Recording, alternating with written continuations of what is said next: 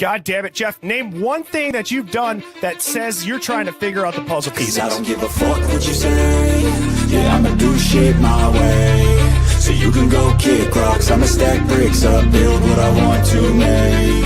Yo, I got a lot of shit to say, so I'ma do this every day. I'll be writing things until I'm fucking buried in my grave. 6 feet deep under, but my body won't decay. Cause my messages are timeless, so they'll put them on display. Oh yeah, I rap with a certainty, I have a sense of urgency. A message for eternity, for everyone internally. I had some people burning me, but now they fucking learn to see I ain't the one to fuck with, now they looking nervously. And I don't really care what you think of me respectfully. You can kick rocks if you think you're fucking better, see. I will outwork you, turn you to an enemy. Hurt you so bad that you're gonna need some therapy. I got the motherfucking recipe. I've been cooking up hits, I'ma leave a legacy. You'll be looking small when you're standing right next to me. I'm 5'10", bitch, but I'm 10 feet. Cause I don't give a fuck what you say. Yeah, I'ma do shit my way. So you can go kick rocks, I'ma stack bricks up, build what I want to make. Cause I don't give a fuck what you say. Yeah, I'ma do shit my way. So you can go kick rocks, I'ma stack bricks up, build what I want to make. Yeah, I'ma do it my way.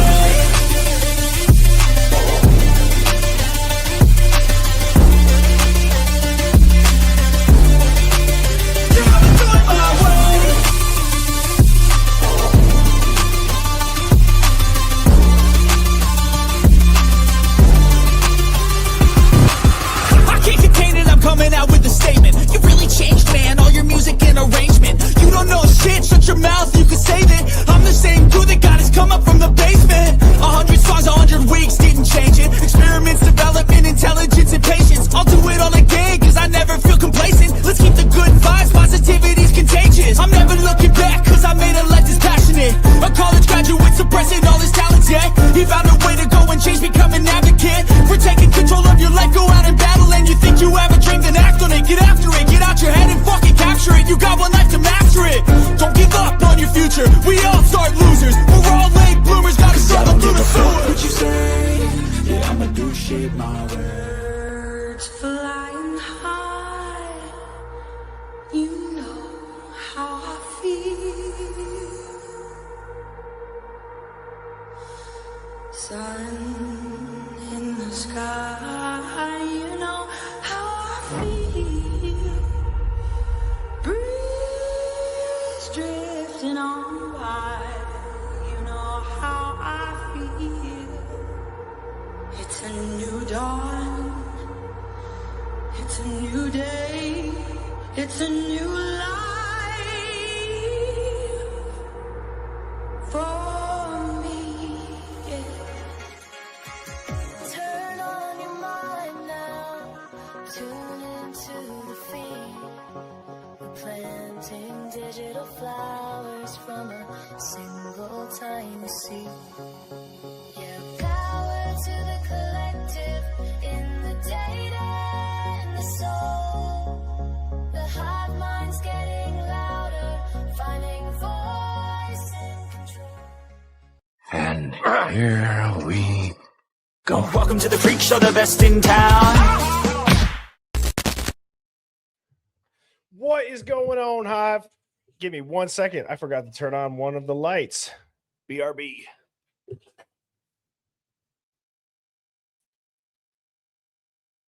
All right, now we go. I hope everybody's having an awesome day. Make sure I got the audio coming in loud and clear. Oh, yeah. Sorry about that intro. I have to, whenever I do my intros and I make the background and I put the timer or the countdown on it, I have to obviously add the audio. And I don't ever really title them that differently for the ones that have the audio and the ones that don't. So I think that is the first time that I've ever done that, but I was able to switch it. So the sound is all good. We are all good. I'm stoked for tonight. We have been building a lot of momentum this week. Actually, the last 2 weeks, I would say that since Chris Whitcomb has been in the Hive for his interview, there has been a different level of efficiency, effectiveness, intensity, whatever word you want to put towards this conversation of the Idaho 4, especially in this chat. If this is your first time tuning in, I'm your host, Bertie. I go live weeknights at 7 p.m. Central. Welcome to the Hive Mind. This is a contrarian thinking live stream. We think past the headlines. We question the narrative. We are diving very deep into the Idaho 4 case. We are trying to force the truth out. We're going to have to force it out at this point. They're not just going to hand it to us on a silver platter. And that is what we are doing. Feel free to share your thoughts in the chat as long as you're not trolling, spamming, or threatening. The best mods on YouTube being Discord, Dawn, Luna Bliss, UFO Dog, and formerly known as Beck. We'll let you say whatever you want. Just know if you dish it out, we can dish it back. If you're easily rattled, triggered, or offended on behalf of others, you're probably not going to like me or people in the chat, but I would encourage you to hang out and see if we say anything that you might agree with. I'm going to say what's up to everybody, and then we are going to be diving into Ethan, Xana, and the timeline again. We're going to be bringing in some others into this as well, and I think we're making some progress on it. So we got T-Goat, Griffaholic, Mark B, good to see you. So we find the missing puzzle pieces. Amen to that. Ricky Martinez, read activities. Dawn says, do not spam the chat. Yeah, that too. What's up, UK Kaylee? Monster. Luna Bliss. Yes, welcome to all the Hive Plus people that are in here. I've tasked my mods with coming up with some stuff too that we can get a schedule out to you all. I know that it's been hectic and it's been chaotic as far as, guests in the Hive between Jeffrey Gentry, Chris Whitcomb, and just the speed that the case has been moving at with stuff being released. So I really will dial in stuff for the Hive Plus. Thank you to everybody who does choose to sign up and support this stream financially. Obviously, I don't require it, but anybody that feels kind enough to do so, I really appreciate it. Blue-Eyed Candy. Brandon Rudder said, give me the juice, bro. Philly Girl said, life is crazy. Sleuther Dare, how are you doing? UFO Dog, Nebula, Sholly Redacted, Creepily Goth, Rhiannon Nicole, Sammy Girl Brown. Also, guys, another random update from StreamYard, which again is the interface that I use to stream on YouTube. Not that anybody cares about that. They are stepping up their game a ton. So I have the polls that I can integrate. And now for the comments that I click on actually fade out. So that's going to help me a ton. So as you all are typing, if I have clicked on a comment in the past, it actually fades out and it leaves only the ones that I have yet to put on screen bright. So that's going to help me out a lot, especially with the chat being smaller on my end. And hopefully that allows me to get a lot of different people's chats up on the screen more. So excited about that. What's up, Liz Beer? Terry Dawn. Mobile here said, hit that like button. Amen to that. Good morning from Melbourne, Australia. What's up, Kinga? Jennifer, Debbie. Oh my God, I forgot to turn the jellyfish on too. Jeez.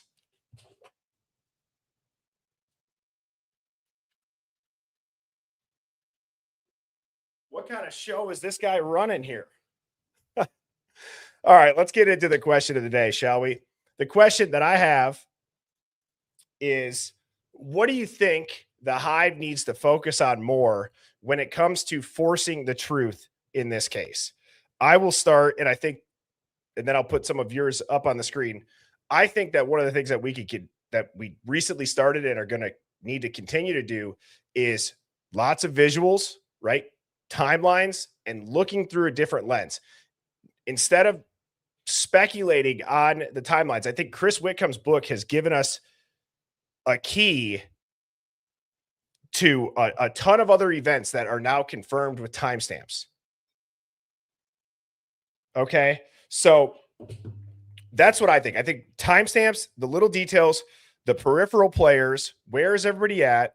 I think getting some sort of maybe interactive map or like photos as the timeline progresses could be something that shows like these people are all here and then they're all here, right? And I think we need to start to visualize this timeline. We've only really talked about it for a very, very long time. And the timeline that they do show is really just, a lot of it's the Dateline stuff from Asgit Industries that shows Koberger or the lone wolf doing this inside of or committing the murders inside the house. I think we need to see what that would look like the entire night. And Discord Dawn had gifted 5 memberships. Redact My Student Loan said, happy to be with my people. Hi, Hive. Well, hello, Redact My Student Loans. Down the rabbit hole to hell. Welcome to Hive Plus. And Riley said, back after hiatusing to read the book on my own. Super chat to say I missed the Hive. And also call back to my live call-in. Riley Ramble. That's right. I was right about Ann Taylor being sus, and I am vindicated. Yes, you are, Riley. It's always a good feeling. I think a lot of people in here have felt some sort of vindication over the course of the last however many months since the document started being released. But absolutely. So let's see. I saw, oh, where's the suit? Yeah, I did not put a suit on tonight. And really, I just didn't have time before the live. So otherwise I would. I apologize. Had a busy day today. Okay, let's see what are some people saying for the question. What do we need to focus on more? Yes, get super detailed is what Motherfunka said. Shady Lady said a spiderweb connections map. That would be sick. I'm sure there's got to be a program out there that we could zoom in and click on and have a bunch of details and timelines pop up. Taos and DoorDash said the truth starts with Dylan. I think she crashed out. Heather True Crime Junkie said forensics, how they came up with his DNA. Creepily Goth said victimology. Alex Calapone said hit the like button if you love Birdie. I agree with that. Down the rabbit hole to hell said ditch the DM and BF theories or testimony. Yes, just like the jurors do after the trial.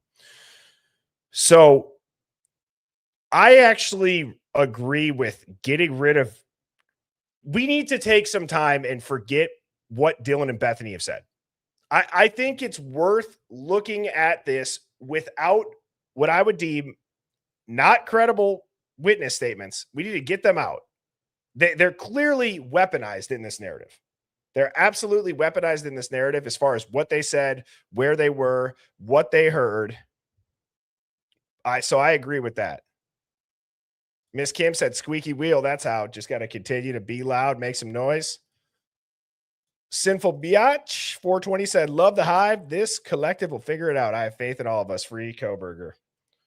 Cheers to you, Sinful Biatch 420. Thank you so much for the super chat. And I have the utmost faith in the Hive. Yeah, Sammy's okay. Her daughter's got a shoot. I think it's some sort of recital tonight. And I couldn't remember what kind. But yes, Sammy's all good. Everything's fine. Crystal said, think we need to not listen to Dylan's narrative and look at facts. Amen to that. Sammy Girl Brown said, we'll let it pass. I'm assuming the suit. Appreciate that. Twisted Timo. All right. Mary Tyler said, vindication. Dylan's a wanker. Let's see what Crystal said, if I can find that. Tripsy Turvy, welcome to Hive Plus. Oh, shoot. I forgot how to say your name. Ariane, the vegetarian, 6099. Did you email Birdie's Hive Mind yet about your husband doing the, I forget how you explained it, but essentially your husband listens to interviews and can pick up on verbal cues? That would be very interesting to get him on here again if he's willing to do that. All right, Hive. Now, I have a couple of things that I want to talk about per usual. This is kind of like the Hive Mind Find section, or just things that I've picked up on or I've seen in Discord as we've been going through this. Some people may have seen this, but I caught this today rewatching Officer Morris's body cam, the guy who was standing, guard outside of the house on November 13th as the investigators start to show up and do their walkthroughs. And his camera panned and turned. And I have this software that I use. It's CapCut, but it has a 4K super resolution. And this turned out pretty good. Do you guys notice that bathtub, it's not empty at all? People may have seen this before. I personally, I did not expect there to be that much stuff. And you can kind of see it also on the right. If I move myself out of the way, Have you all noticed the stuff that's in the bathtub on the other side? Because they make it look spick and span in the crime scene photos. Yeah, Meanie said, wow, I haven't seen that. Rocket Queen Straya said the bathroom's everything. Tamara said, whoa. Holy fuck. Brad Harris said, wow, first time seeing this. Motherfunker said, so crazy. Redactivities, giving the side eye. Yeah, so that brings me to a point, and the reason why I showed this, Hive, that brings me to a point about the start of Broken Plea. Do you remember, and again, spoiler alert here, they start with Nunez's body cam. And they talk about how Nunez walks in the redacted part that Chris Wickham actually says in the book. He writes it verbatim what is said on the body cam that we can't hear, but he did. Nunez thinks that Ethan committed suicide. And so when I saw this photo today, for whatever reason, I thought of that part of Broken Plea because it starts to stand out to me and it really becomes obvious. I think that this crime scene may have been altered way more than we think. We've never seen the bodies, right? And it's not even to say that we necessarily need to, but we don't know the extent of what posing or staging the bodies could really look like. And so if Nunez says that, where he goes and says, I think he might have killed himself. And Officer Warner goes, well, how'd you get there? And then Chris kind of says what they don't tell you. And he starts to bring in the correlation of the butterfly effect is that Ethan was a suspect. So I started thinking, okay, so he's covered up with blankets, but you have to, in my opinion, if somebody is covered up with blankets and that's what you think as an investigator and somebody who's worked, he's worked as an EMS person, I believe, in the past as well.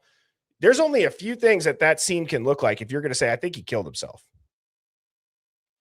Right? So was it staged to look like a murder-suicide? Just a thought that I had, because this bathroom, I'd be curious, like, did that bathroom get cleaned up too before they took photos?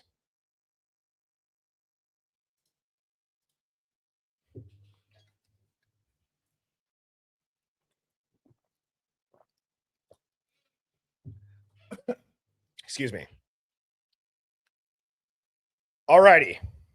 Thank you to everybody who is joining Hive Plus. Now, everything that I feel like we've been slowly starting to unpack about the Idaho 4 murders is only the 50%, like the 50-yard line. I think we only know half the story.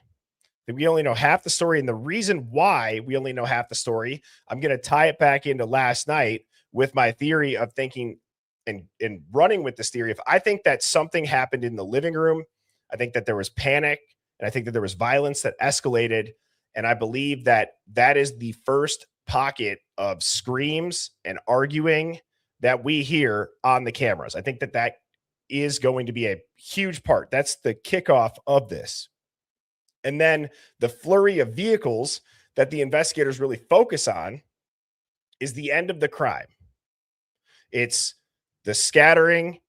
It's people maybe potentially leaving and going, cleaning up, starting to at least. And we've not been able to really piece together that first half of the timeline because a lot of people, it's all or nothing. It's no, this happened at 4 a.m. And then the 2 a.m. timeline and the screams, they just get chalked up as camera manipulation, which I've said, or audio manipulation, which I've said. And I'm not even counting out that they didn't do that, but it's really been written off that it's not important. And I do wonder if that's if we do have to credit that a little bit to, is that how investigators, and if there's anybody who's a police officer or who's been a real detective, not just an armchair detective like all of us in here, right? But if there's somebody who's worked as a detective, I know that they need to find the timeline, but do they really only count the timeline of the killings? Would they care about any fight really when it comes to presenting evidence. Would a fight a couple hours earlier, yeah, it might be mentioned, but when it comes to the actual crime, how often would that be documented? That prior part in the night, if they don't know who's there or what caused it, and they're just getting called to the scene for murder, or in this case, unconscious person. Does anybody know? I hope that makes sense what I'm trying to say. Could be a reason why they're only focusing on the 4 a.m. Yeah, and I'm also not saying that it was a suicide. That's what is said in broken plea, by the way. Officer Nunez walked in and thought that Ethan killed himself and was a suspect. So if you haven't read the book, that's maybe why it sounds a little bit strange.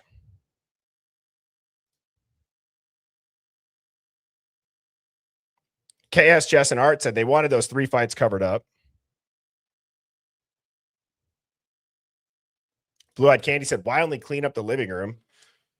Well, that goes, okay, so let's start there. Let's start there, and then let's dive into tonight's theme.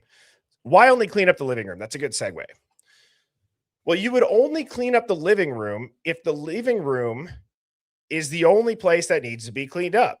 And so it's all sus is the username, dropped an epic super chat last night with a comment that said, what if there was a fight and that, so it escalated into a fight, de-escalated, people went their separate ways, and then a group circled back.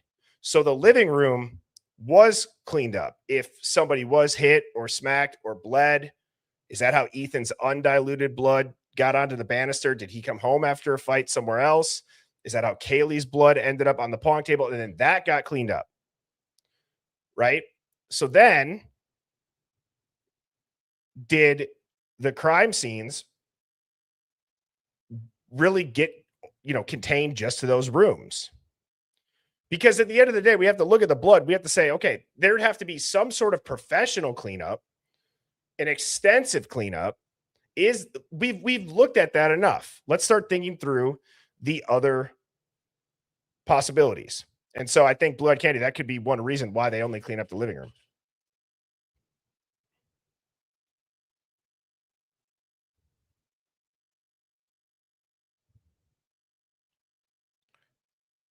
Okay, this is the last time I'm going to try to clear this up. I shouldn't have even said it. If you haven't read the book, or if you have read the book, The Suicide with Ethan, there's blood everywhere in Xan and Ethan's room.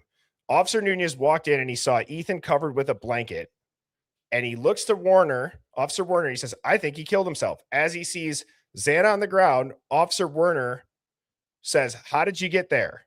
Whether he was talking about Nunez asking how it was a suicide or asking how Xana got on the ground. But either way, we don't hear that. Only Chris Whitcomb got to hear that in the unredacted version. And we don't see it, so we don't know. But one can assume that if Ethan's found covered up and naked, the only part of what Nunez would have been able to see is most likely his upper extremities, and it must have been a massive wound. And so did he think gunshot wound? Did he think something like that? Because that's what I think. That's why I believe he thought that. Does that explain it clearly? Can we move on? And I'm not trying to be impatient. I just don't want to cause confusion. It was a completely separate thing than what we're going to be talking about this evening. Okay. All right, cool. Cool. Now, last night, we really went deep on how I think Ethan left Sigma Chi, and I believe that Ethan was at 1122 earlier than all the other girls getting home, or at least that's the theory we're going to be talking through here. At 12:43, Ethan gets a text from quote unquote Erica that says, you're getting cheated on. And at 12:43 on the Linda Lane archive, there's a short clip that has always had a bunch of questions around it of this white high-end BMW. It's a nice car. Maybe doesn't look like it belongs in the college town, but a lot of people have tracked that back to maybe some suspect people. So 12:43, he gets that text. 12:43, you see this car. 12:43, I believe Lakeland's taking a picture of the pants. There's a lot going on at 12:43. So right after this text gets sent is when we see I'm just going to keep calling it the sketchy white BMW because I've called it that forever. And how does that line up? And to refresh everybody's memories, what I have here is I have some clips of both Linda Lane dumpster camera, the Linda Lane car park. They're about 2 or 3 minutes each. And then I have another timeline breakdown that we're going to talk through. This one's short, as you can see, bottom corner, it is 12:43.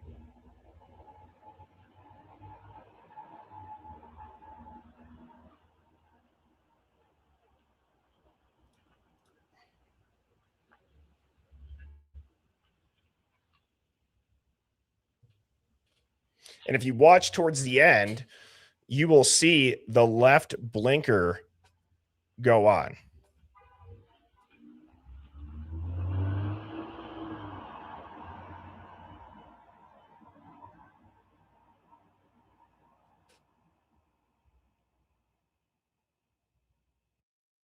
Okay.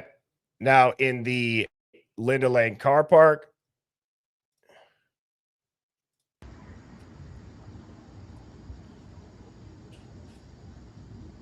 you can see some headlights briefly in the upper left corner.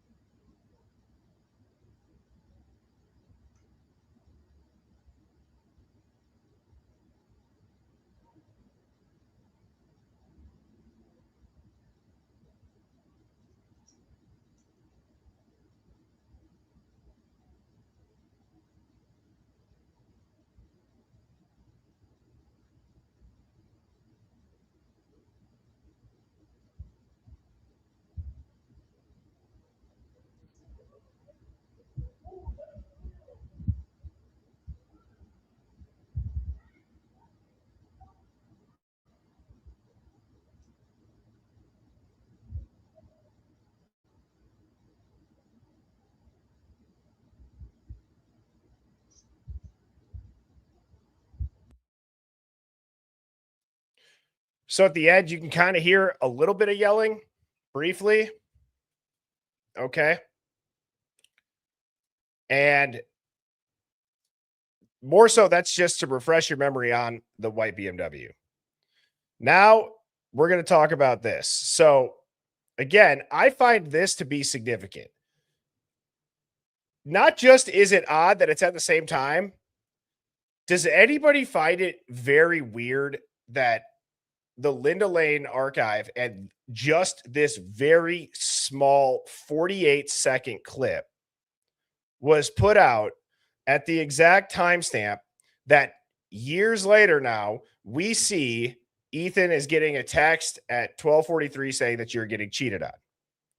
I think that that's remarkable. And I've always wondered, why were there only small clips of certain parts of the dumpster cam put out, right? I can understand some of the redactions and I can understand why they would do that, right? It's been something that they've tried to hide from us, especially in the main time frame of what their timeline is, being around 3:30.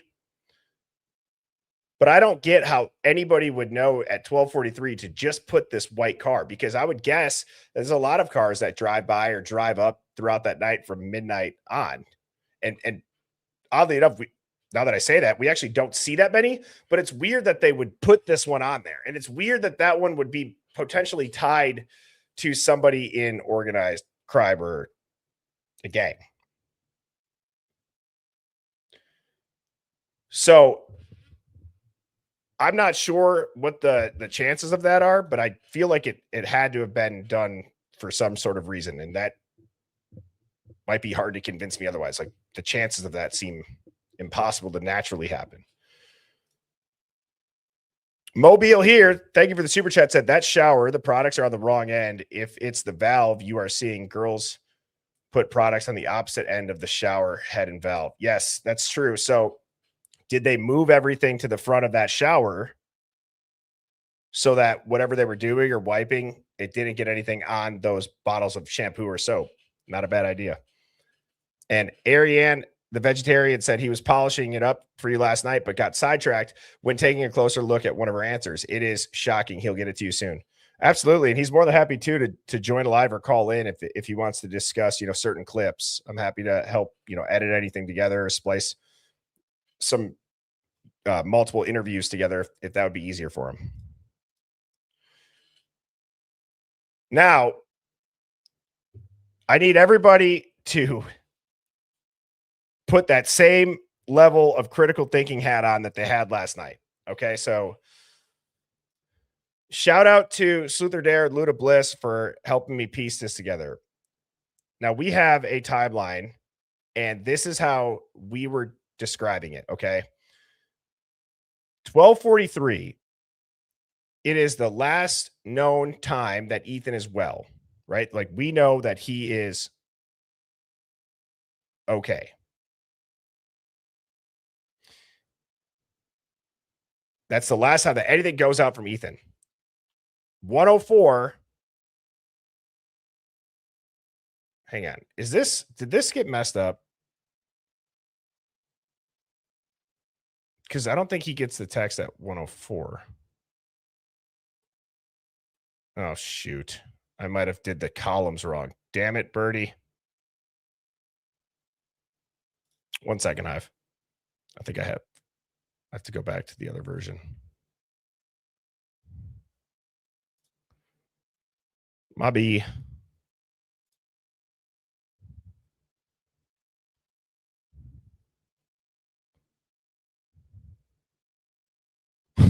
Whoops.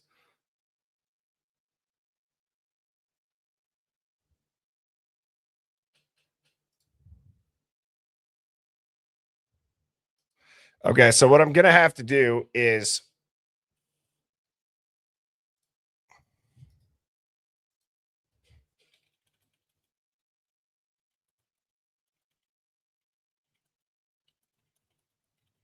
okay, while I'm editing that, we can move on to the next one and come back to it.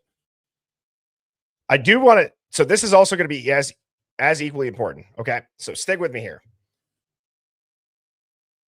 We're going to change a little bit of a direction here, and we're going to talk about the Explorer. Okay, so my plan, just so you all know, so you guys could stay up to speed with me, I was going to try to talk through all of the timeline, where are Ethan's whereabouts, and then go back to this Black Explorer and how the Black Explorer, they have a very detailed log of where this is at all times. Okay, so apparently the Explorer does not leave King Road after 9:27.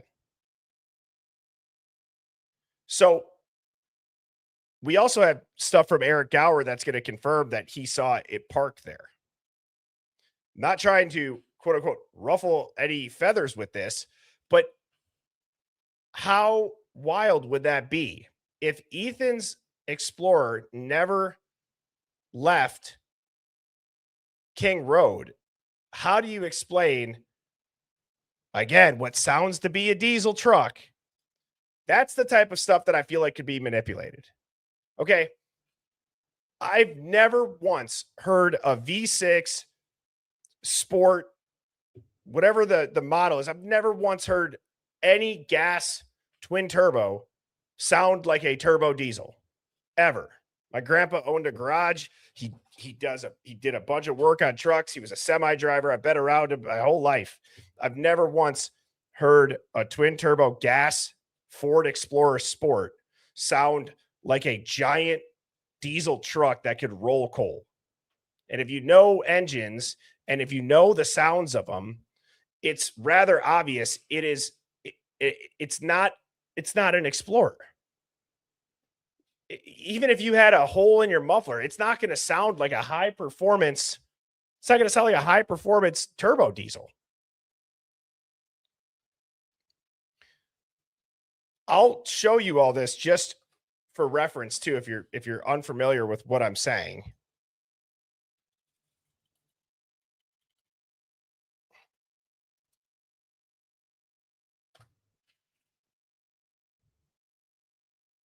Okay, so if I play any one of these, oops.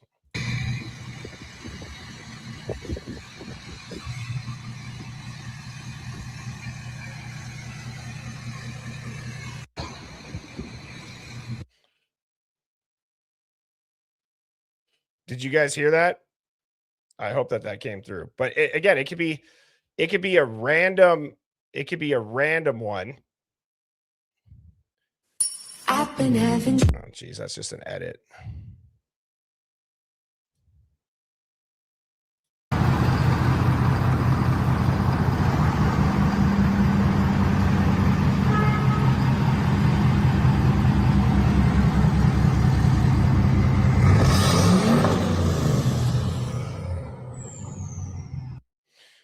So again, you guys get my point. But now if I type in a Ford Explorer,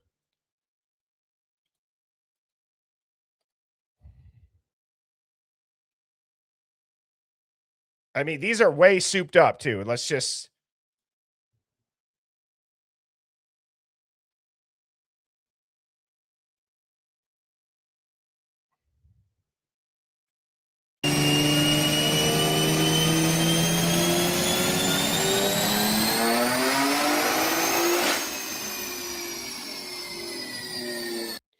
my whole point in showing this is not to just study engines. It's just you have to trust your ears. If something sounds like a diesel and it rumbles, I don't know how it could be a gas car. So when I think about what would manipulation look like, it would be that they swapped the video over audio. They overlaid a video of the Explorer pulling in at the same time. I don't care if that sounds difficult to you because you don't know how to do it. Not being rude, it's so easy. It is so easy that there are kids that probably spend too much time on an iPad. They could teach you it. It's that simple to do that. So, Birdie, wrong model. Play the white Explorer with muffler delete pipes. This one? Well, I'll just say, all right, let's see.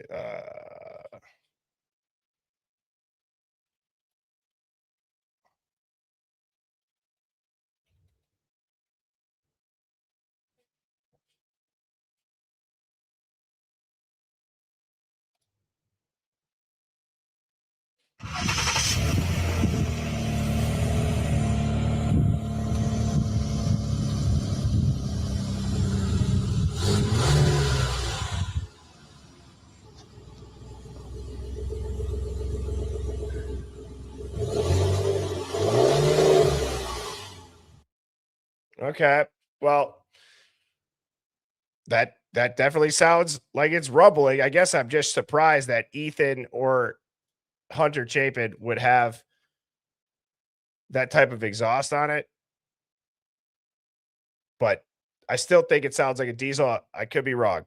I know it's going to be up for speculation. I know that the second that I said that, it's going to be up for speculation. However, if you look at the documents, which is, I'm not going to say it's rare for me to just lean on that, but I will say there is a documented timeline of where this Explorer is. So if it left and it came back, why wouldn't it be documented?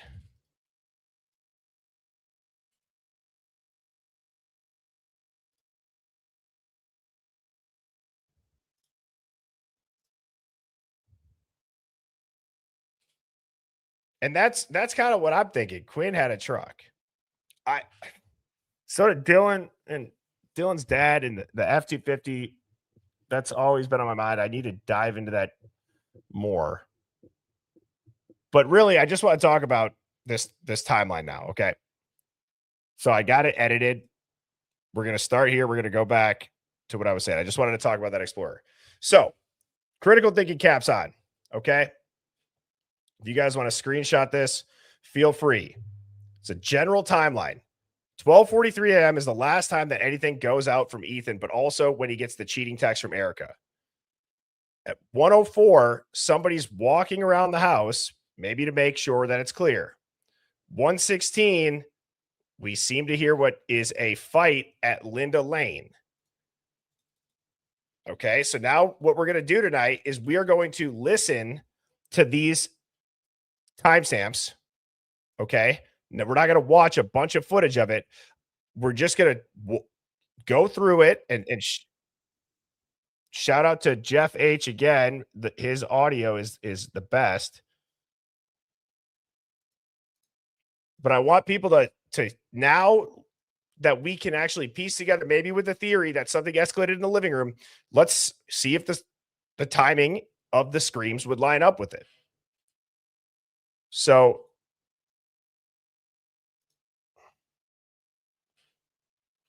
1:14.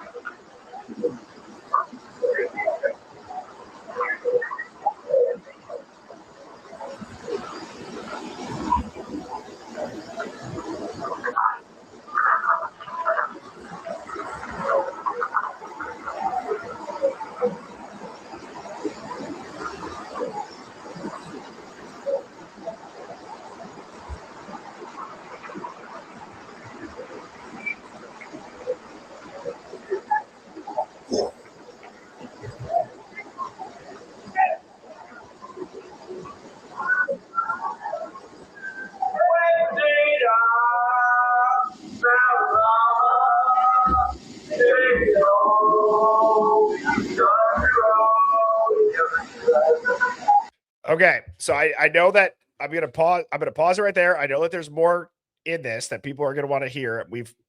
A lot of us have listened to that many times. I'm gonna go off of a gut feeling on this that the singing.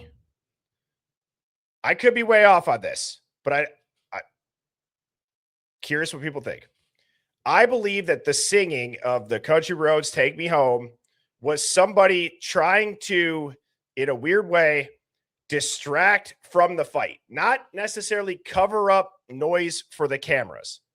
Okay, if you're in college and there's a fight going on, are you thinking about a Linda Lane car park camera and having your voice by singing Country Road Take Me Home cover up a murder? No, I don't think that that's a reasonable thing that anybody would think on the way or in the moment rather to do that.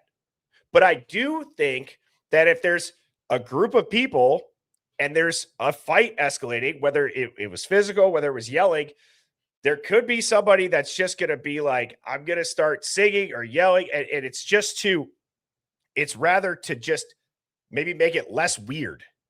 I wish I could put that into better words than I did, but I feel like I've seen it. I don't think that they're necessarily killing anybody right now. I don't think that they're singing while they're killing guys. I believe that it's an in the moment distraction from something. It's just somebody maybe felt uncomfortable. They didn't like what was happening, and they just started singing it to try to not lighten the mood, but to ease something up or break tension. Yes.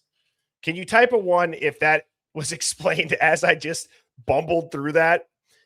Does that resonate with anybody that there could be somebody that's just trying to break the tension, be like, okay, that's enough. Instead of saying that, they just started maybe singing. Okay.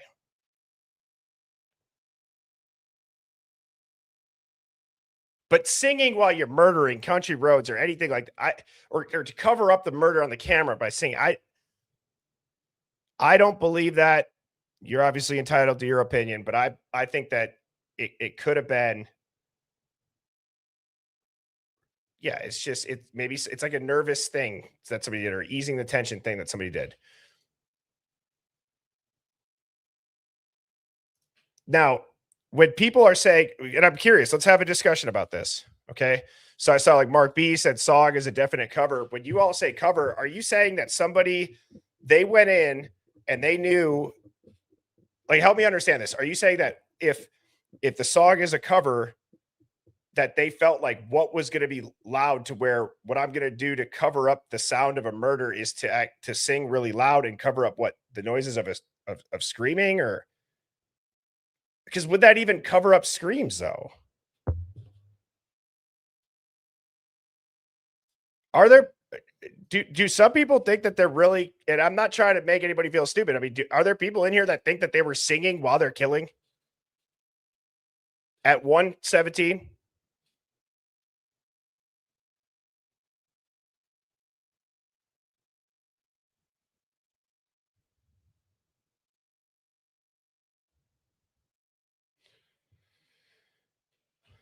Okay, I guess there is. I mean, it also could have just been drunk dudes from a night home. Yeah, yeah. Yeah, okay. So I could see this. I could see it being to cover up fighting so no one calls the cops.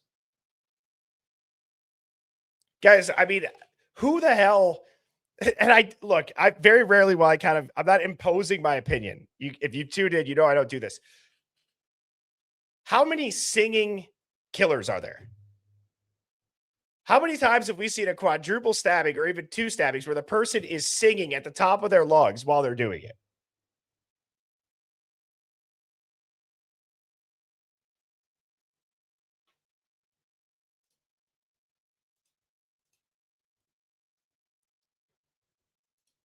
It could also be dubbed in. Right. I know Ethan loved country music, and that could just be because, but taunting, I don't know.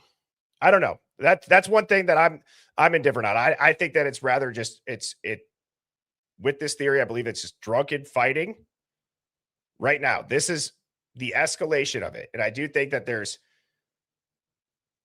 I mean, I'm not downplaying the fact that this is a significant event, but if there's drunk people walking home, I mean, why did you do that? For all we know, the noise that guy made where he's like, oh, I mean, just if you're hammered, you're walking up, did somebody, I'm hypothetically say this, if you got like sack tapped, right? Somebody yelled, and then the girlfriend, he's like, why'd you do that? Right? Like, and then they're singing Country Roads. It seems like a drunken something, and it seems like there could be bickering amongst it, though. And again, I don't believe that Ethan's being mocked or tortured at this point. There are a lot of people that do think that. I don't. Not for this theory. I think that Ethan is home, or is on his way home, or it's not even Ethan.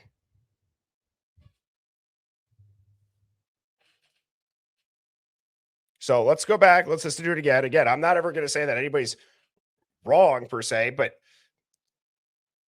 I think some stuff just is like, statistically, how many singing killer frat boys are there that premeditate that we're going to sing Country Roads as we stab people? I don't know.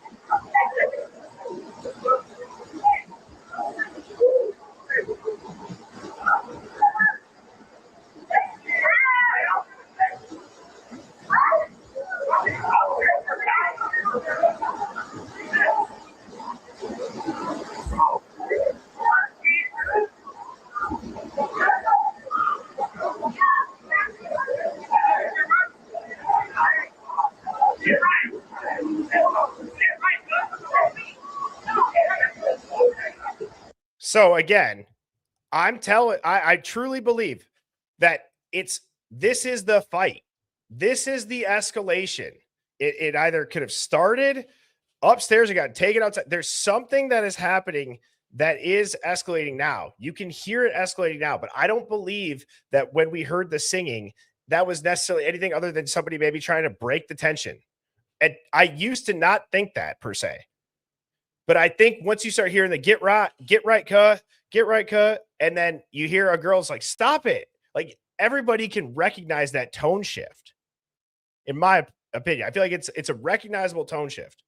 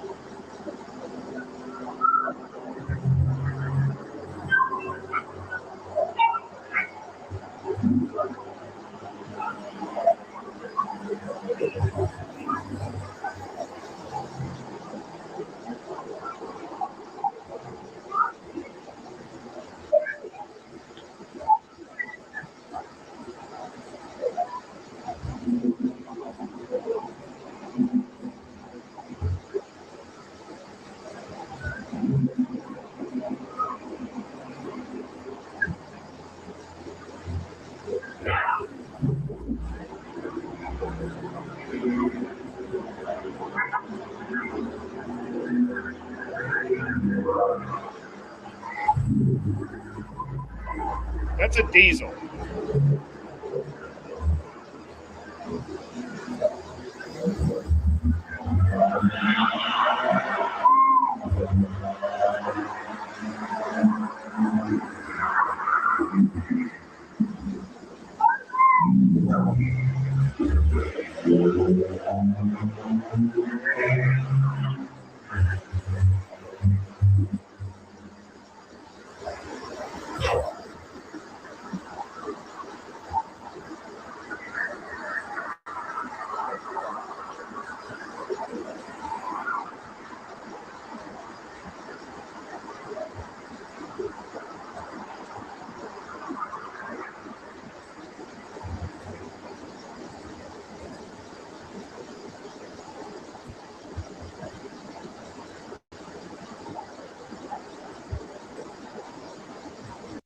Okay, so now we listened to that. I did the poll. 86% of people thought that it was a fight, but there were some people that thought it was just party noises. There were some people that thought it was a murder.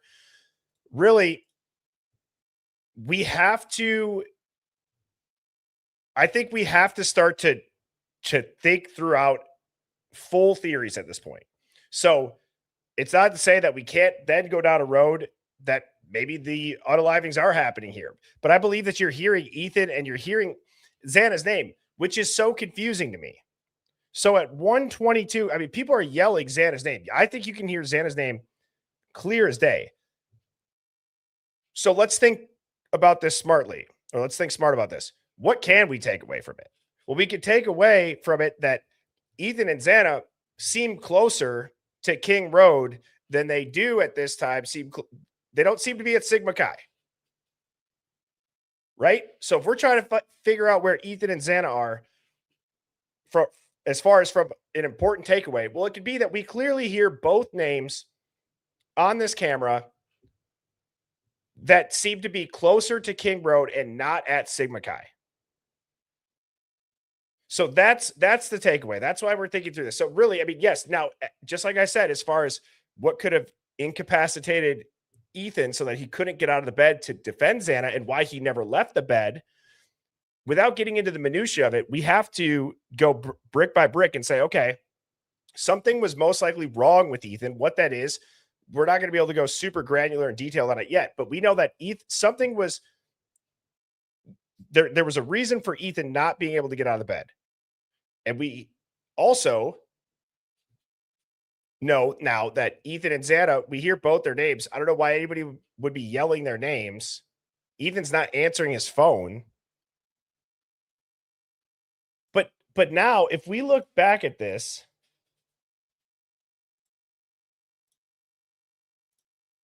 shoot. Okay. So let's go to like 116.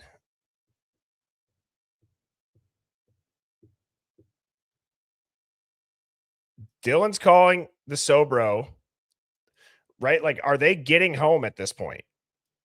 Are Dylan and Lake getting home? Could that be some of the noise we hear? Bethany's walking home. Why would Xana be calling Ethan at 116 though? Right? So this is what I'm trying to say. How is it at 116 we hear all of this and Xana is calling Ethan?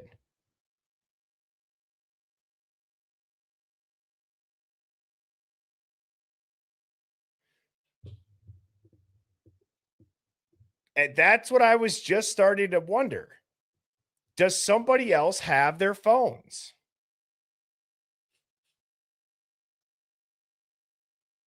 It doesn't make sense, though, why at that time is Xana calling Ethan? Just trying to read some of these comments here. And so, Rolo, I agree with you on this. I don't think it's out of the question that could it have been the same person that placed the DoorDash order then?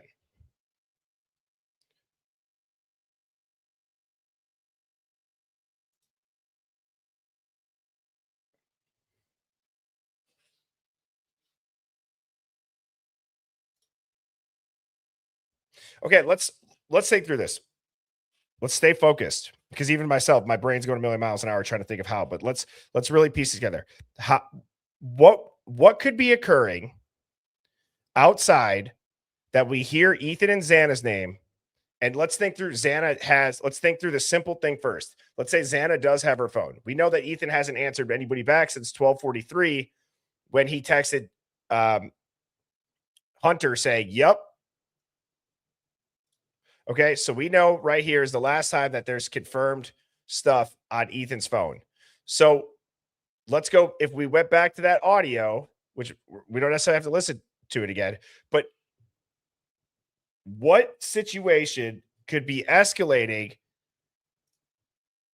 Did Xana walk off?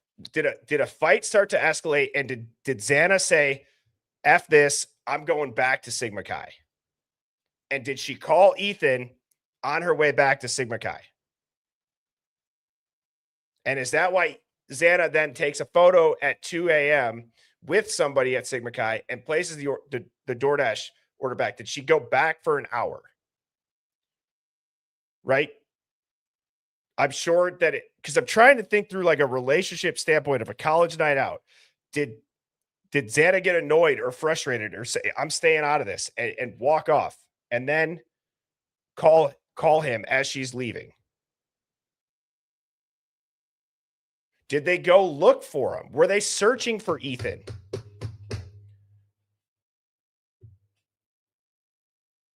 Were they searching for Ethan? Did a bunch of people leave Sigma Chi and go, where the hell is Ethan? And did all of them walk over? And are they looking for Ethan?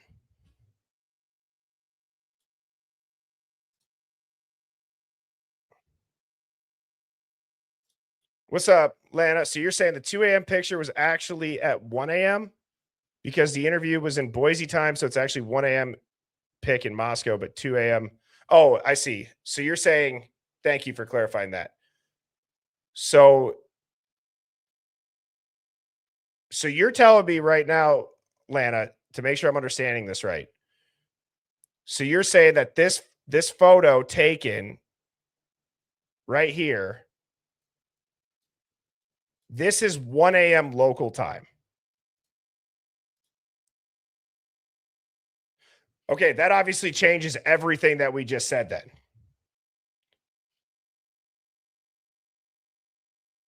But the DoorDash order at 2:15, that's also local time then. Okay.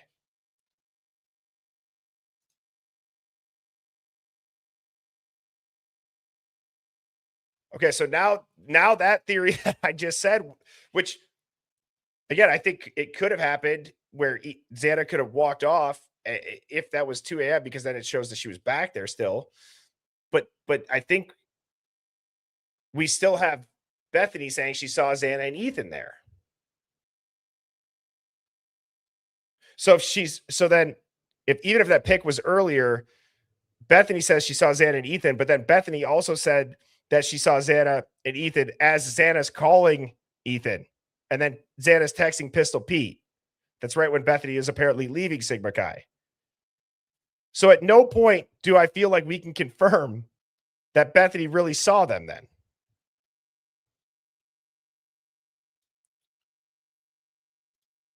And Boomer said maybe he lost his phone. Maybe he might have lost his phone for a second. Nebula said, do we all believe the FOIA requests are honest information given out or possibly corrupted? Well, Nebula, you know me. I don't trust anything with this. The 1112 camera, the Linda Lane dumpster camera, where you could see the clouds glitching, and the 1112 with what Senor Wazowski did with the audio, nothing would surprise me. So, if anything, it might be easier to change, to press a different key and type a different name or a different time on a digital, paperwork than it would be to fully change video and audio. EK said Ethan's injury on his legs were not made by a K-bar. Could be a second weapon, maybe. Ariane, the vegetarian, said my excursion and my 2005 F250 Super Duty, same engine. Okay, excursion. But he has an Explorer.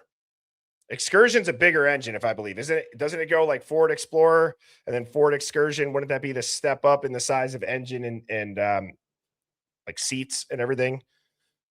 But it's a good point because Ariana also said from the first time I watched that video, it sounded like my beautiful baby's a 6.0 liter 2005 Ford Excursion twin sister.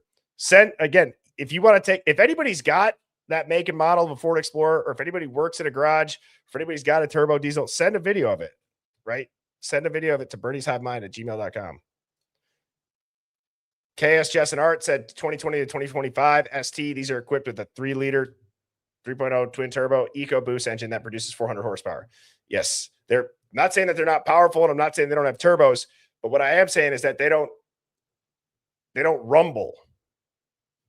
Now you could have the exhaust, but we all saw that Explorer. Does that Explorer look souped up, or does that look like a stock version of that model? Could have it.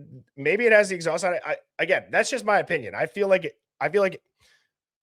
maybe that one car that pulls in, it could be that, but throughout the night, we hear diesel trucks all the time.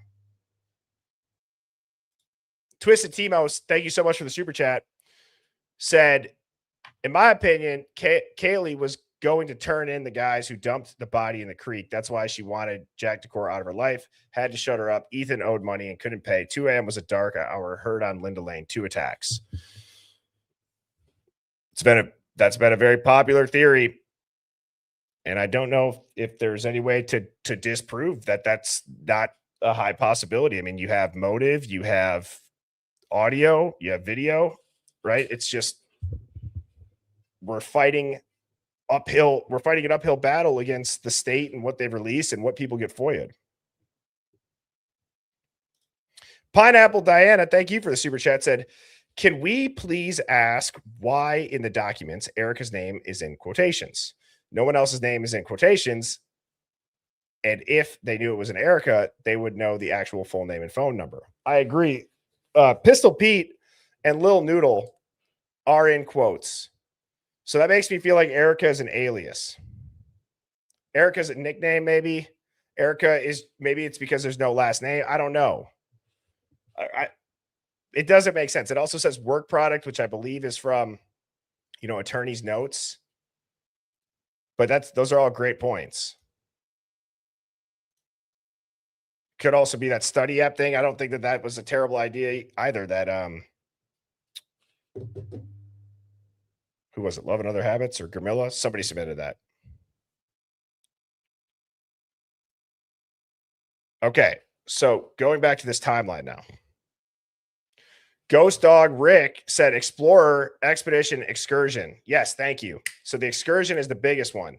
So Explorer, Expedition, Excursion. And then the Excursion would be Diesel. Thank you. I missed the Expedition piece of that. Okay, so now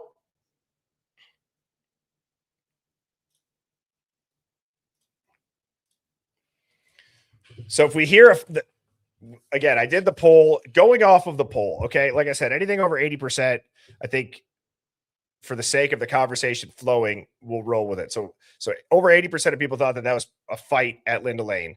And that's when Xana's calling Ethan. Now at 226, it's alleged that we believe that we hear people yelling about drugs.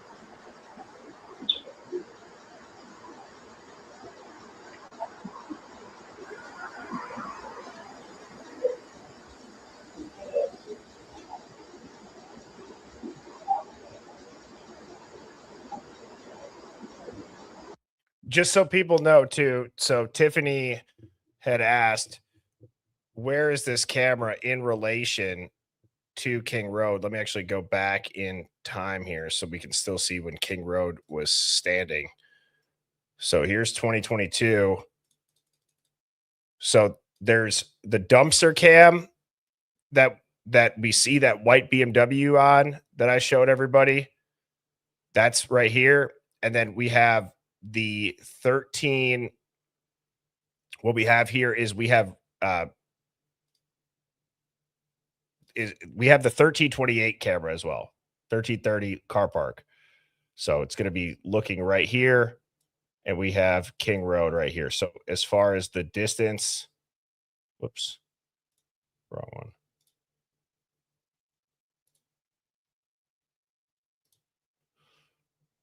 $122 meters. So not very far.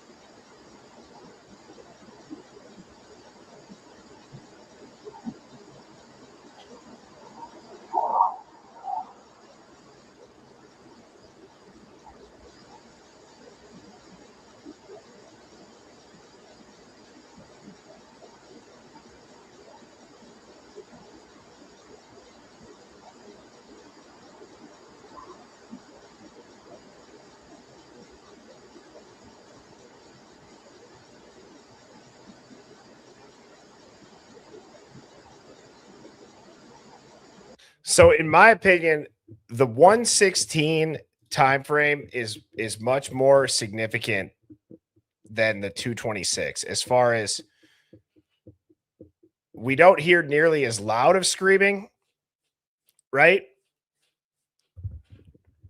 However, going back to this timeline, it does start to pick up right after this, as we know, right? So Maddie's calling everybody but Dylan. The yelling starts back up at 3:48. It seems like this cascading set of events that every single time it just keeps getting worse and worse and worse. And something has escalated from 1 to the end of the night being about 4:00, 4:30.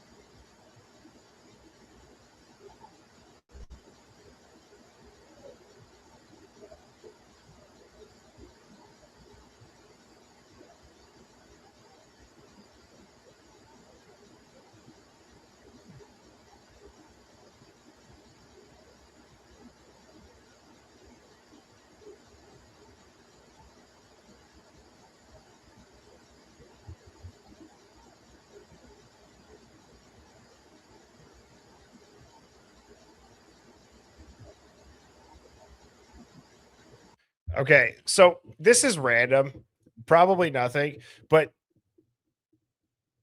this is this is an hour apart. Do you guys notice how much darker?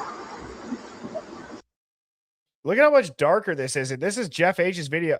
Does he have the contrast set the same? Oh, no, he doesn't. Never mind. Forget what I said. Because he has 75-25. I forgot Jeff added that. But 227 on 1112. Thank you, Mark B. Yes, that's very loud.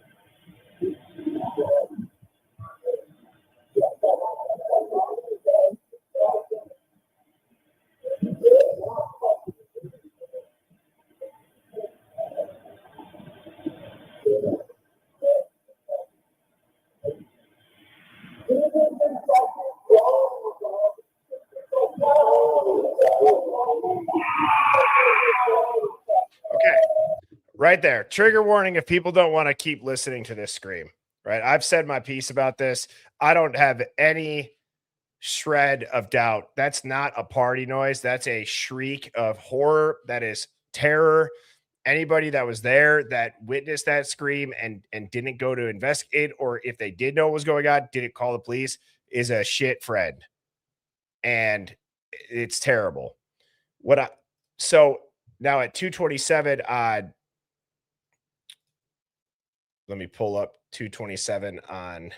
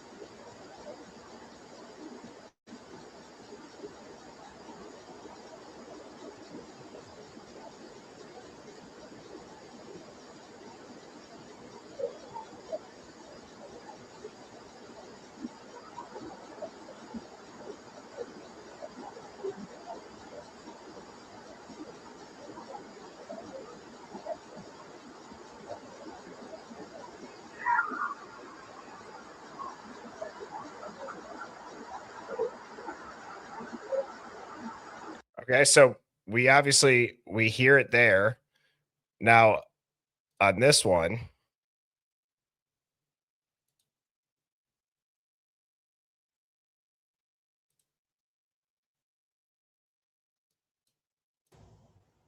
might be a little bit quieter.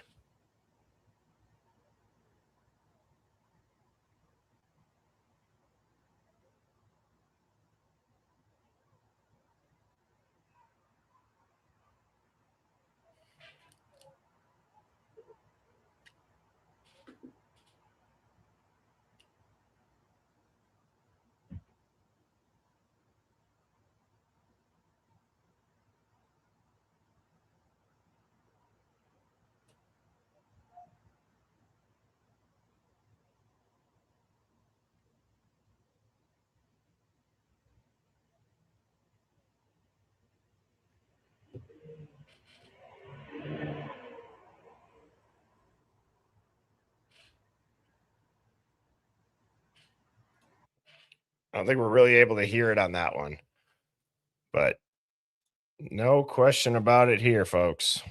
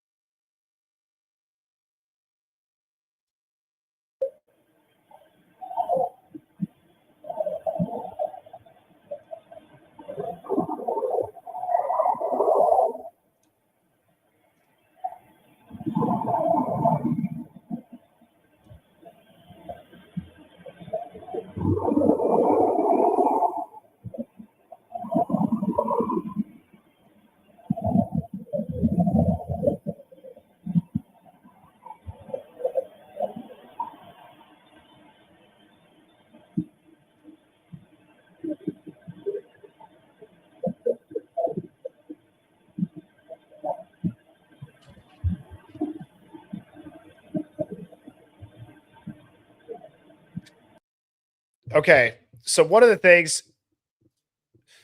let's try to think through what. So outside of that scream being horrendous, what are some oddities about the situation going on after that scream? Right? There's brief. You can kind of hear men talking briefly, or what sounds to be two males briefly talking, maybe a little bit more elevated than a normal conversation. But after the scream, it goes rather quiet. Like the chaos doesn't seem to continue. Not even really from the people that are around there. Even if they would have been the ones that are that were doing, the killing, or if they were doing any of the injuries to whoever caused that scream, it whatever that scream was, it didn't continue to escalate. What would cause, let's just think through this. Okay, we understand it's a terrifying shriek. It's a terrifying shriek. Let me address it. It absolutely could be somebody getting stabbed at that point. It could be somebody getting injured. Is there another situation that would cause a scream like that? That's the purpose of why we're going back through this. Not the whole thing, but just with Ethan and Xana. Okay, we don't know where they are. Is that somebody seeing something?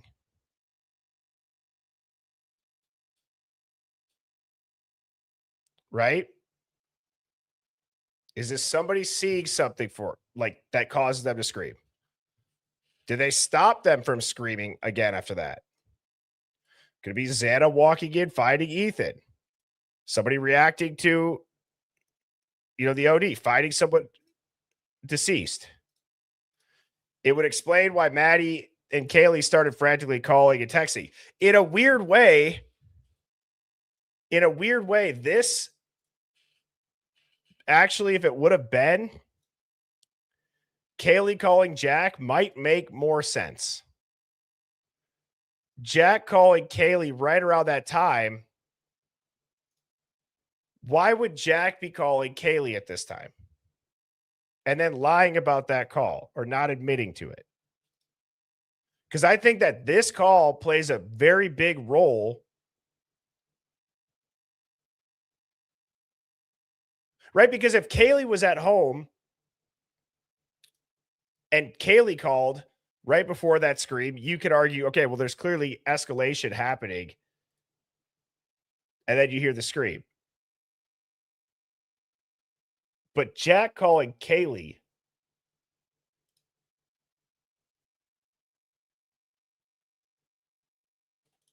So, Han said, no, there's evidence that shows Ethan and Xana were both murdered at the same time. What evidence would that be that confirms they were killed at the same time? If you could please provide some insight, that would be great.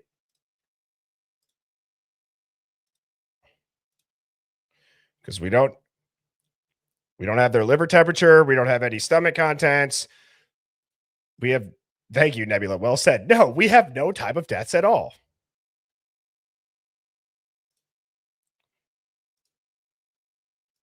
And I know that it's hard for people to do. And I know that it's hard. And look, I don't care what people are typing in the chat, but it's hard sometimes when it's like when people go only to the which don't get me wrong, I'm not just talking about the scream in this situation right now. That scream is horrendous. But when people go to the most dramatic or the most obscene version of events, I think it clouds how this could have gone on for so long. That's what I'm starting to understand, right? Like, so I get if people were, if that Facebook thing with Dylan, if that was, or the tweet with Dylan, where I said we came downstairs, everybody was tied up, right? If that's real or if that's not, I'm trying to, with this series, I'm trying to show when did Ethan and Xana get home, and I'm trying to show an escalation of panic violence because something went wrong with Ethan. And then I think there was two colliding events. Kaylee could have ended up being the target because was Kaylee, did this change from an overdose, a medical emergency, a fight, to Kaylee became the target for a different reason? Was Kaylee going to snitch? Was Kaylee going to call the cops? Was Kaylee going to do something that made her the target that kicked off this flurry of the murders then? So that's what I'm trying to think through. I get it. We could talk very, very, very broad and gruesome about, I think they were tied up, and I think that it was a wrench. I think it was just right. Realistically, we're never going to know that. As far as we're not going to know that right now. But what we can do is, like I said, when we hear the screams at 1:16, what does it sound like? It sounds like you hear Ethan, and it sounds like we hear Xana. So then we really can't confirm that they were still at Sigma Chi at that point.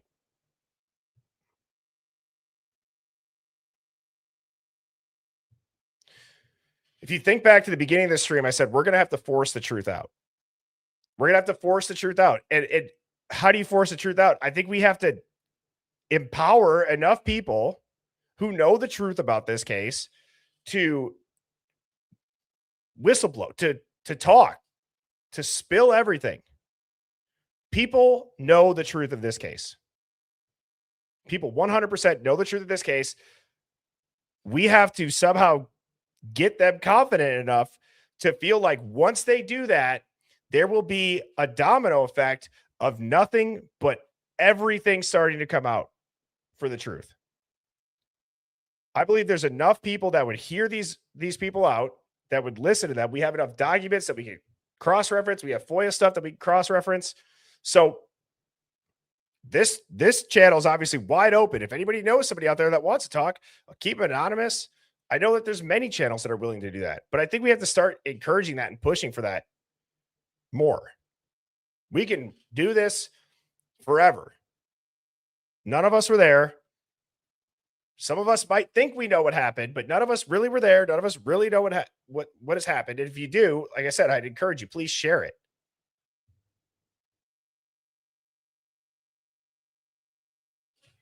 So let's do this.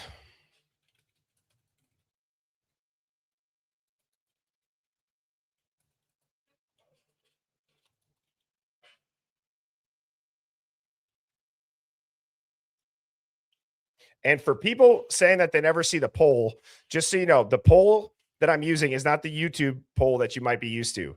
This poll is through StreamYard. So I'm going to put this on the screen. You'll see it pop up in the bottom left. And then you type the number on your keyboard, what correlates to the answer you want to answer with. Okay. So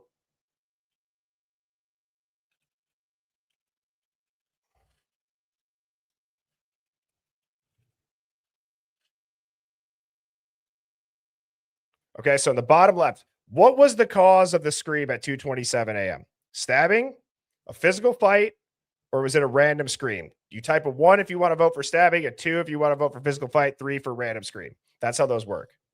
And then it'll pop up it'll populate the results.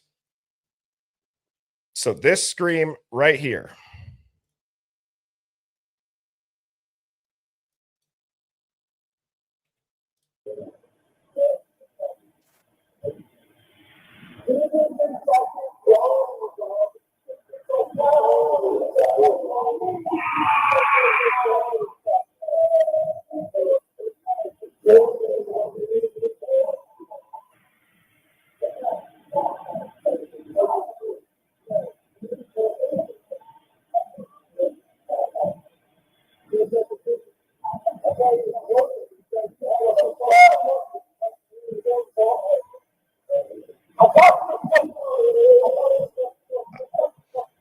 telling you, I know people there. That is one of the sound clips that I swear I know people said I thought we was bros. It's one, like, what is the word for it? Phonetic, phonics, whatever it is. It's the pronunciation. It's one thing on shit audio. Excuse my language, but I thought we were bros. I thought it was blow. And I swear at the end, what gives it away that it's an L and not an R is you can hear fentanyl very clearly.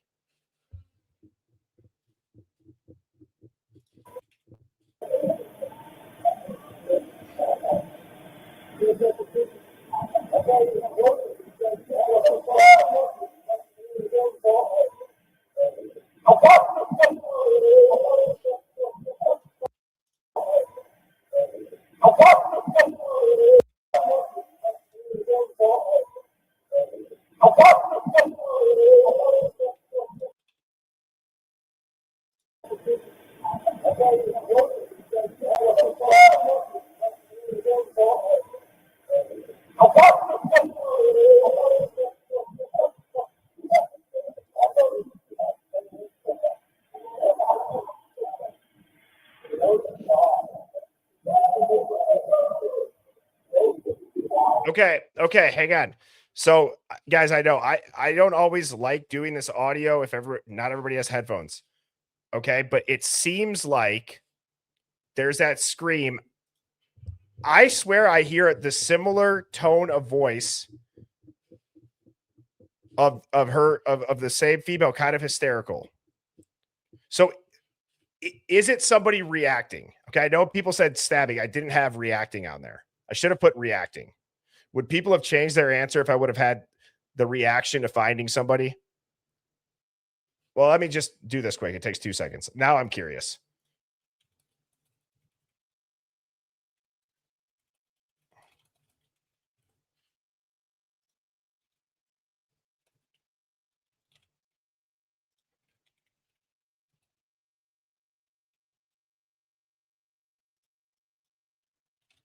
Now I'm curious. Here, I'm going to redo it again. 1 for stabbing, 2 for reacting, 3 for random. Because I think you could almost hear towards the end of this the same tone of the voice.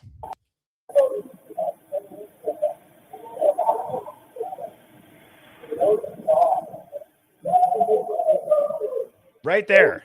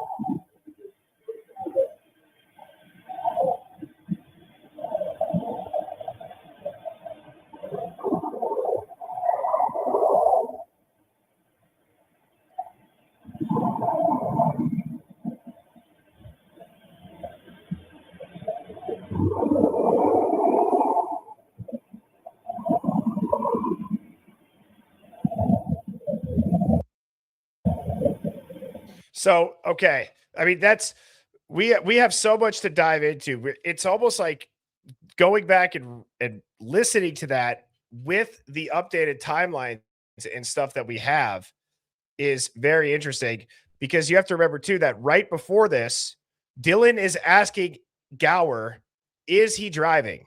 There's no way. I do not believe that texting Eric Gower, the Uber driver, had anything to do with getting food. I don't believe that Dylan, who was so drunk and can't remember anything, would remember that she was texting Eric Gower for food when it's 2 a.m. Her roommate says she said we're debating getting food, just got back from getting food. The other roommate's getting DoorDash. is Eric Gower going to go and drive and pick her up food? Maybe. Is Dylan going to get in the car and go to the restaurant and then get it and come back? I don't believe so. But is Dylan texting Eric if he's driving? Because Dylan thought about, I can't drive. Can I get a ride from Eric somewhere and get the hell out of here? That's it on the table. That's on the table, in my opinion. I believe that is on the table. And we're going to keep diving into it. Nebula, thank you for the super chat, said, like we thought, they quote unquote picked up the camera like Rig, the camera that does pick up such vast sounds. Not sure the radius though. Yes. And again, I'd encourage everybody to go and watch Senor Wazowski.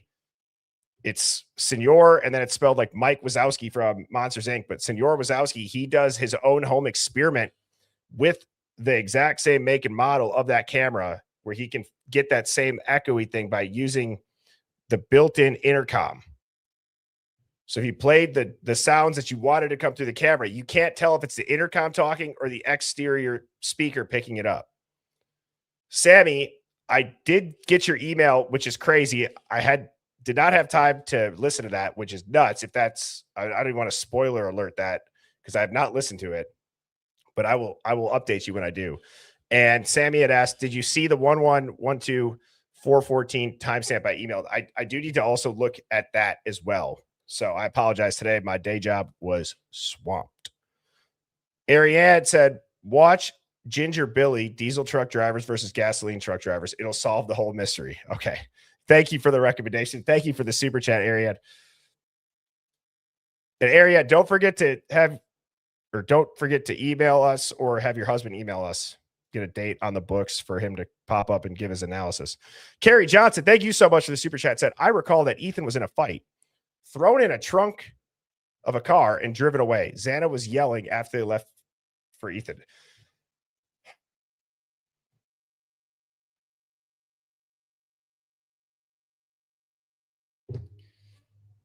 The thing when it comes to theories like this, it's like the same thing.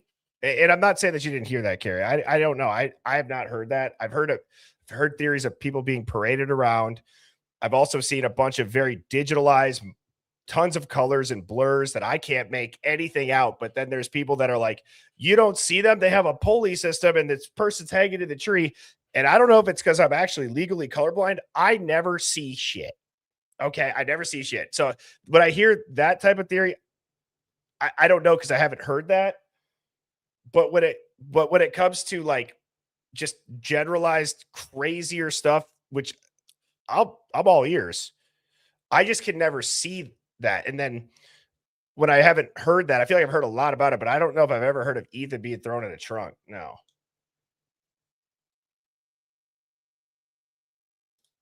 Mobile here said if Ethan had a snap notification, he had not used his phone because it was there for Ellie to see. That's so smart. That's so smart.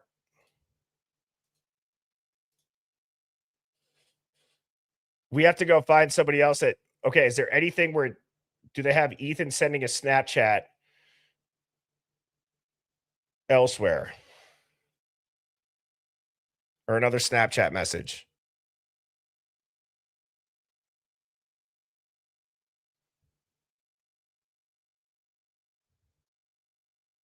So it does say Bethany sends Maddie a Snapchat, unknown contents. That could maybe be a picture. Are there other people? Because I think it says Snapchat message.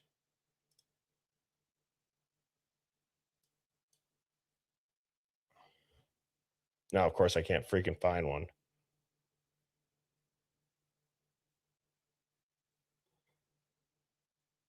Instagram message. Everything says message though. But you're right. The notification makes it seem like, was that an unopened thing? That's a great take. Also, this is so weird. I was texting Sluther Dare about this, and I said, it's so crazy that Dylan added a contact at 351. And I know that this is a massive stretch. Call me Stretch Armstrong here. But, 3:51 is the time of the phone call. Dylan calls a number, and then it says the number returns to Natalie Dayton. And I just am like, oh, wow, a number with no contact. They say it's Natalie Dayton, and it's 3:51. I'm like, is that a little Easter egg? Is it a stretch to think that there was an Easter egg of a clue put into this timeline? I don't know. But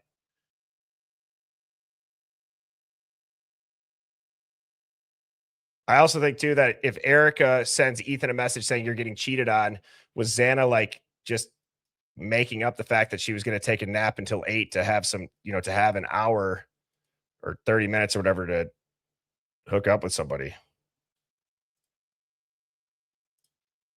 Yeah, guys, please hit that like button.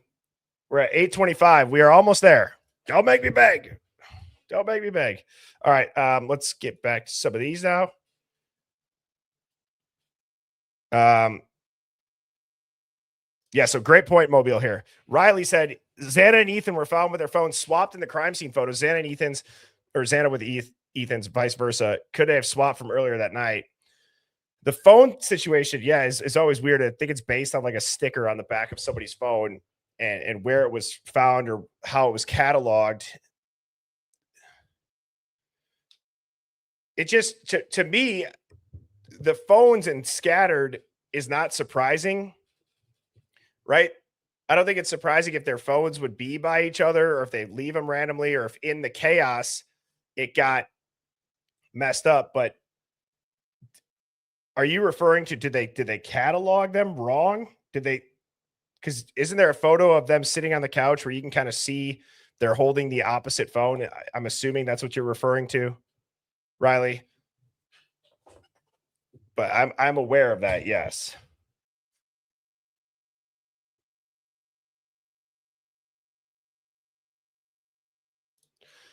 I don't know. Idaho, thank you for the super chat. Said Xan and Ethan maybe take fentanyl as accident, and this is the point they get told, and all of them are freaking out. Yeah, like I said, if you've ever, it's a terrible scene, but if you've ever seen, if you ever watch like Cops, or if you go and see like a cop that's searching somebody, or they open something and they accidentally get exposed to fentanyl, it is quick and it's dramatic. And if you don't have Narcan, it gets dangerous very, very quickly. So is that scream of something happening? Right? Because in my opinion, covering up an OD because of bad drugs, and people might snitch on that, to me, that's a motive. That's a cut and dry motive. That is not a stretch at all. So good point. I don't know, Idaho. Grammy, Tammy, Hive Plus member for a month. Hive Plus member for a month. Xana did go back to the party and came home to find Ethan carved up the scream, and oh my God, makes sense. What if the girls got it for seeing the perps? I don't know. Yeah, I think that the thought process about not leaving witnesses or some witnesses versus others, again, it kind of creates more questions than answers than when it comes to Dylan and Bethany. However, I still, going off of my theory yesterday, and again, I have the quick cut up that's like less than 20 minutes if you want to get a glimpse into what that was.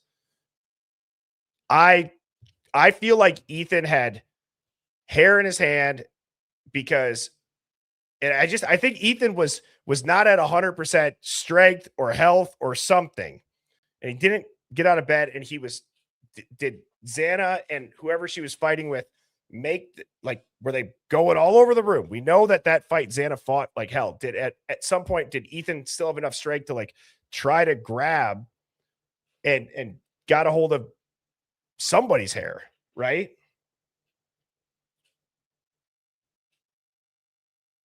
They can't redact my beehole.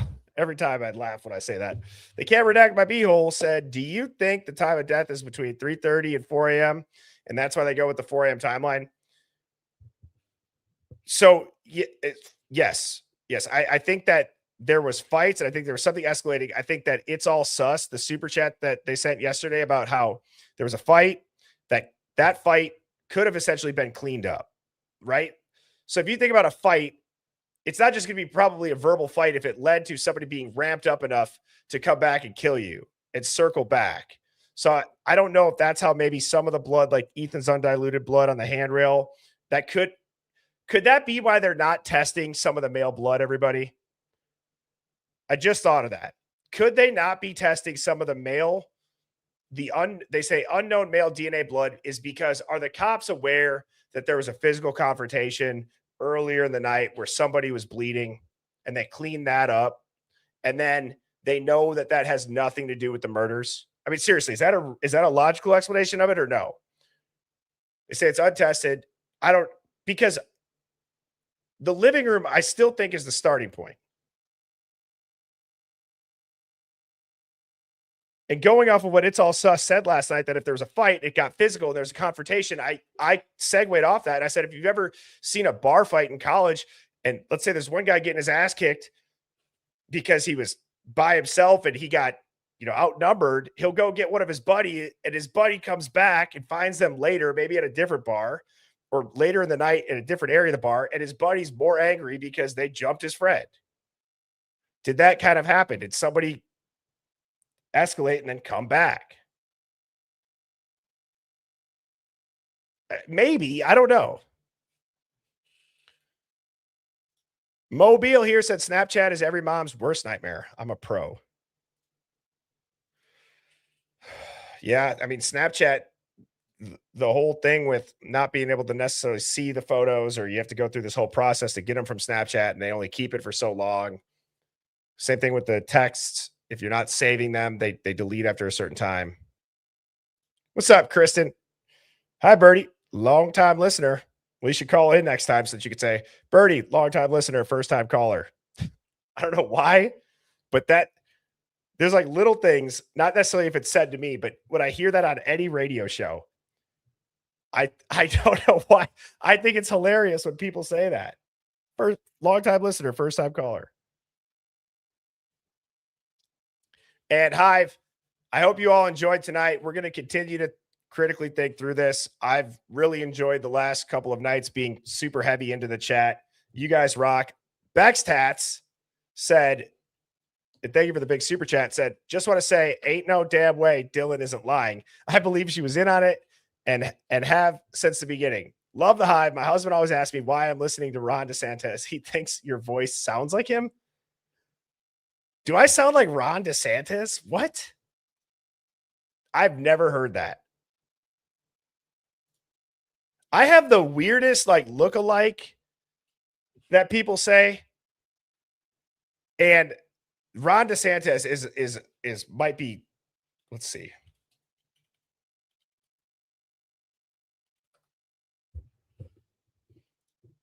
Now I gotta listen. CPAC. Mail balloting, unsolicited mail ballots in the state of Florida. And no way.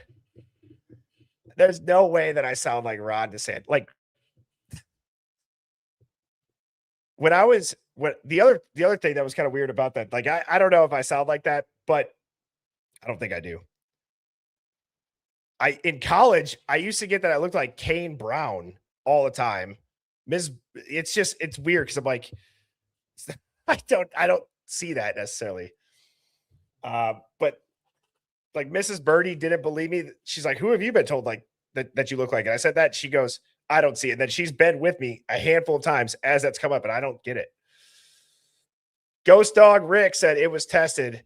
That's how they know it was unknown male. Right. So, but do they know that it's maybe unrelated? So they're not pursuing it per se.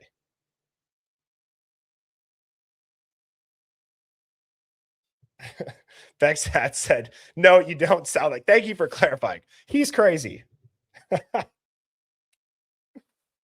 Oh, man, that's funny. That is funny.